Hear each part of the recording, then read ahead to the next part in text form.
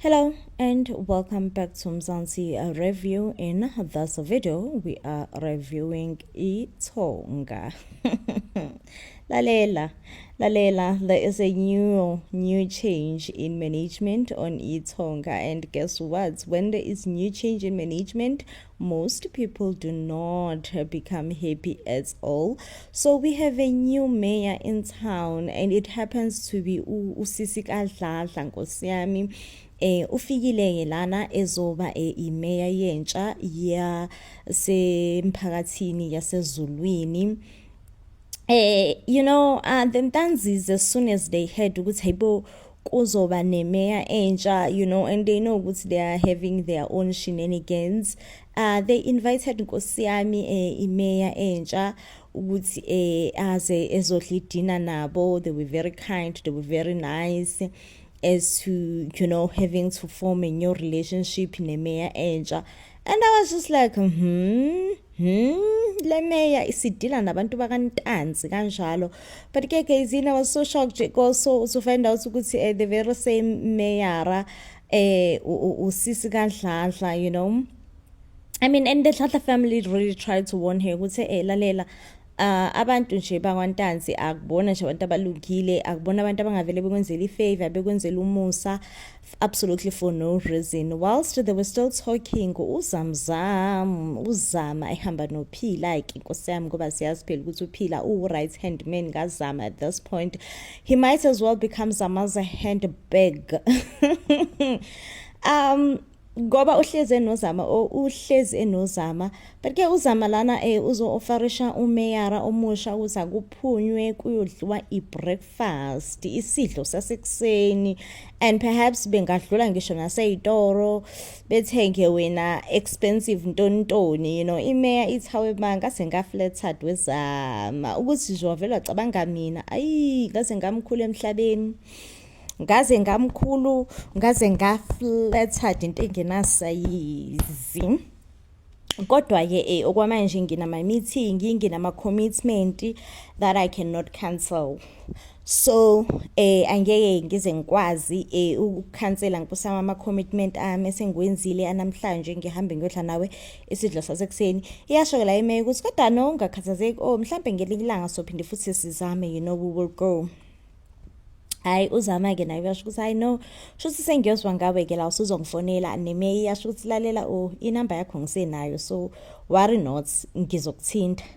Uzama inkosi yami ngokuba uzama uyahamba uyoreport lapha kubaba wakhe ukuthi no uzamile inkosi yami ukuthi invite out imeya ukuthi kuyodliwa phela isidlo sasekuseni. Even though imeya inqabile, uzama uconfident, uyasho ukuthi yazini ngiyayithemba ukuthi imeya iyangithanda, like imeya ingikhonzile indlela ekade moyizela ngayo ukungibona. Yay. And this makes uMbali jealous. uMbali ke lana uwonisha uanti wakhe ukuthi yey aunt yazini abantu nje bakwantanzi akubona nje abantu ongabathatha njengokuthi abangani bakho, ubathembe nani.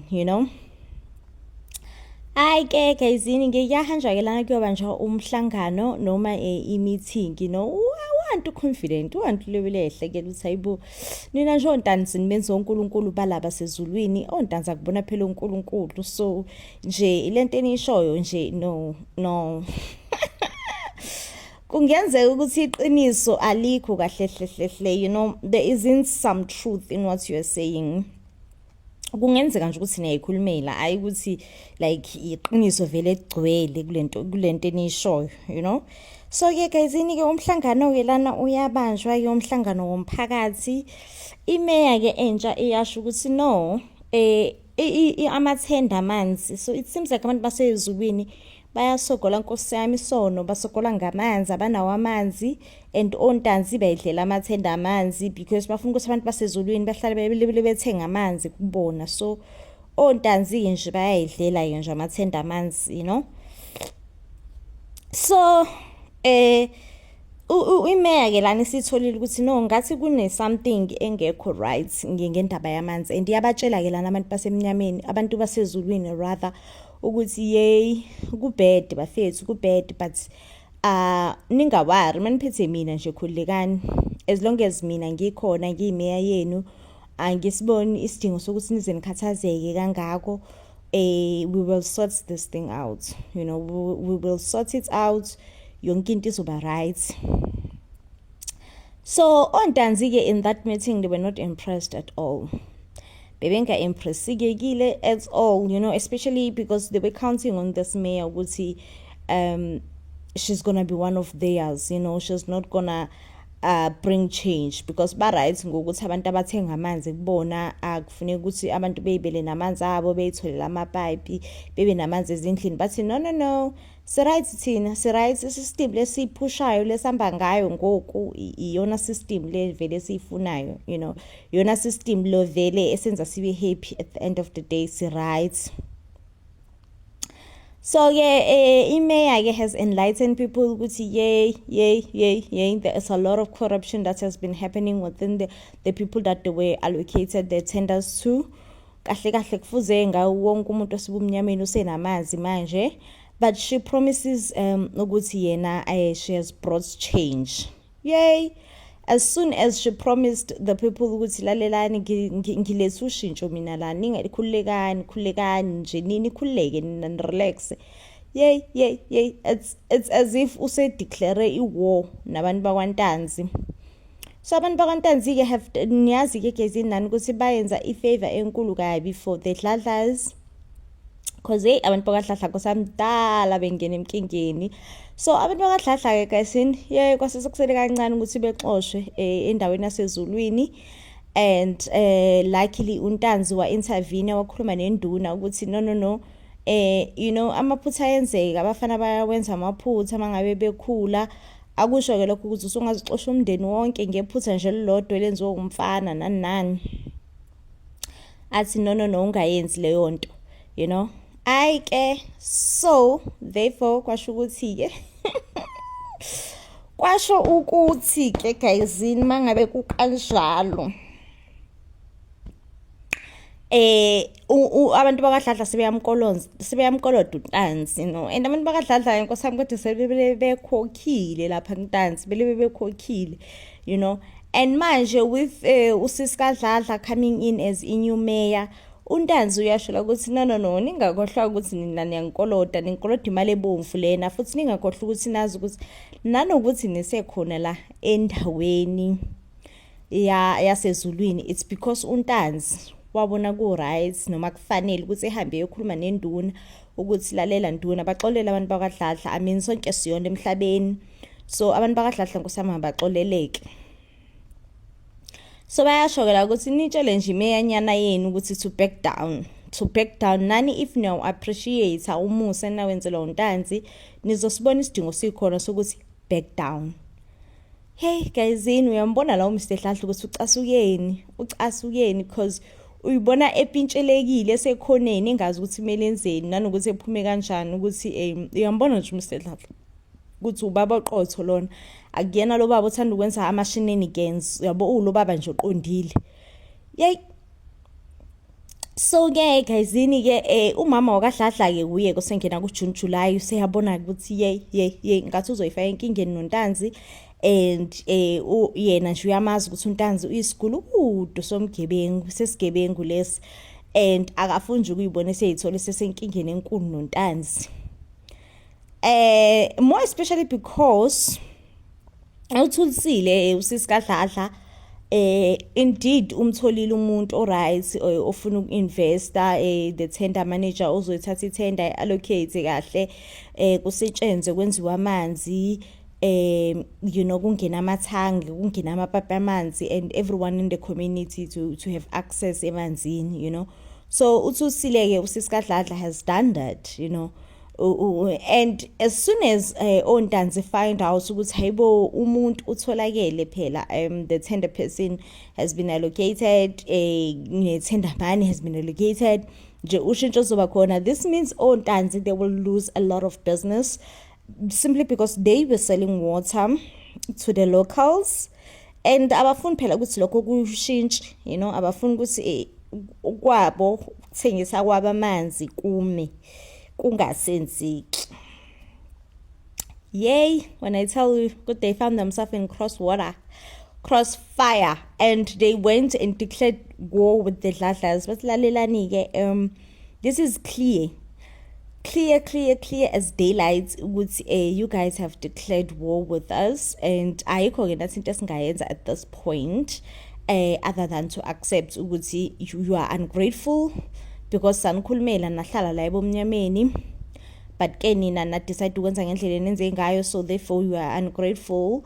And as much as ni ungrateful kanjena futhi there has been war that you guys have declared, and we are willing to accept. Nkosi yami, we are willing ukuthi si-accept nansi war impi eniyideclarishile ngathi, so we accept.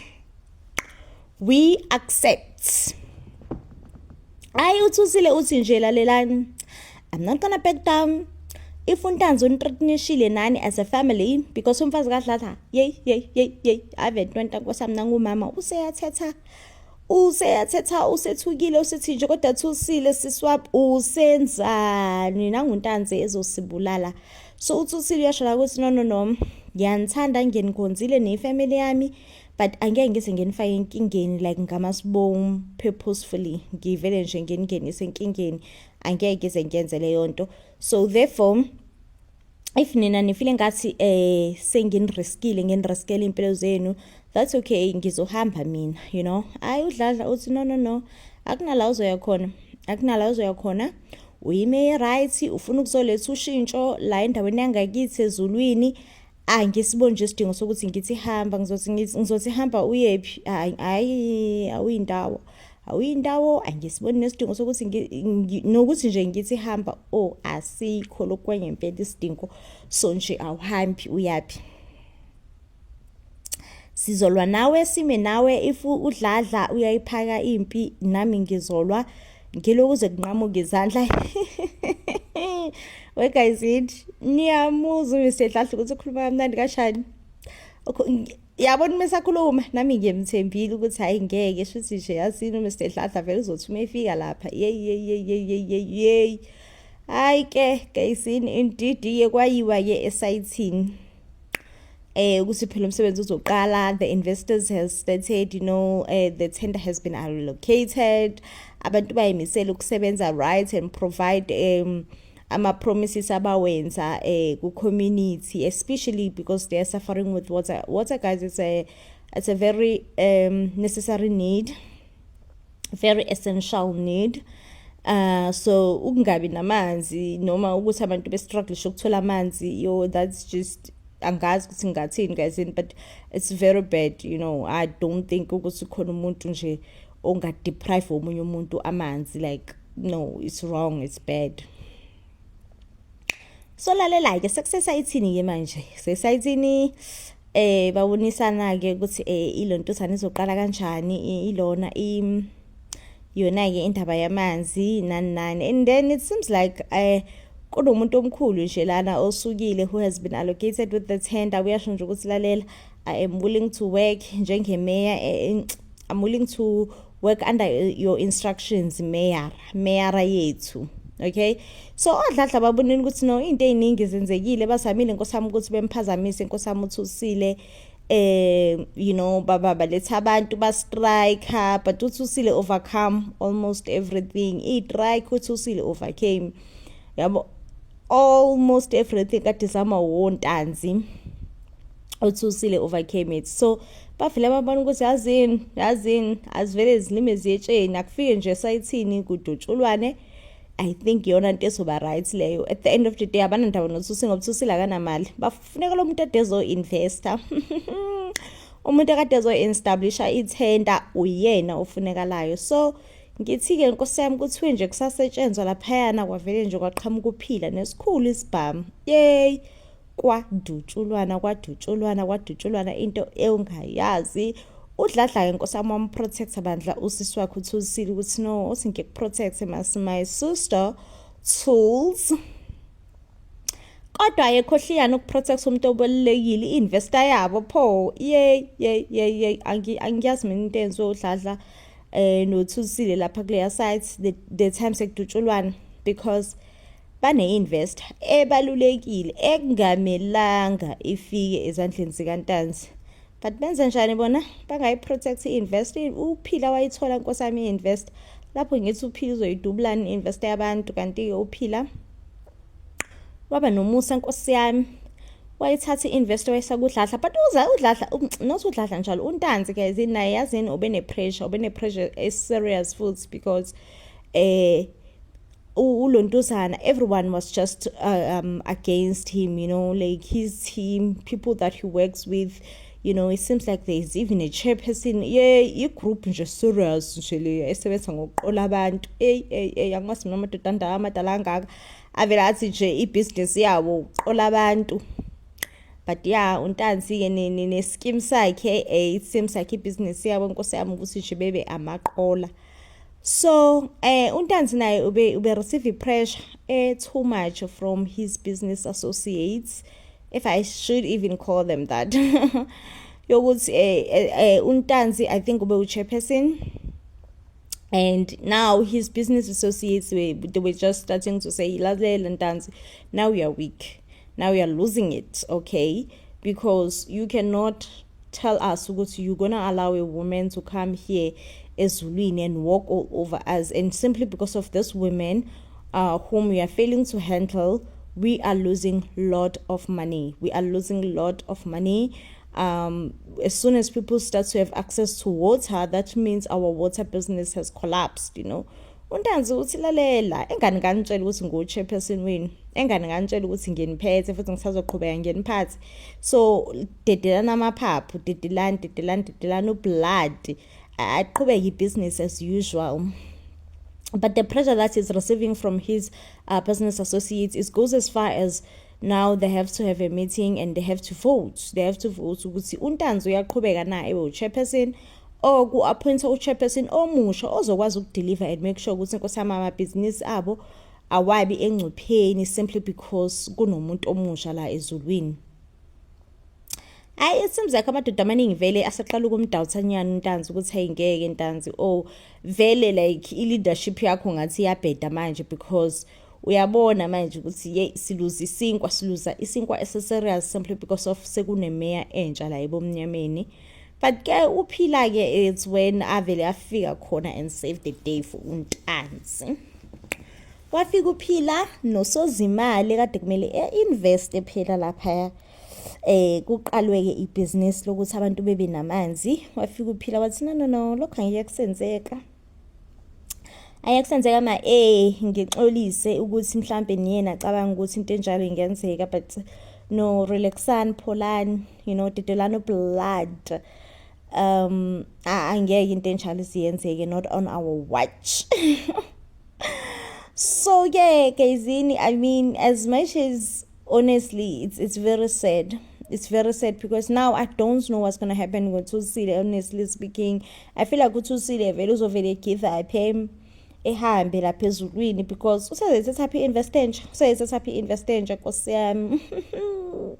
Ayikwala ne-investor yakhona Nkosi ithi nje lalela yona inomfazi okhulelwe futhi nje yona nje icabanga ukuhamba ivele ibuyele eGoli engasayingeni nje indaba zokuhlala la, you know, ithi nje yona nje icabangela nje ukwenzani ukubamba first exit.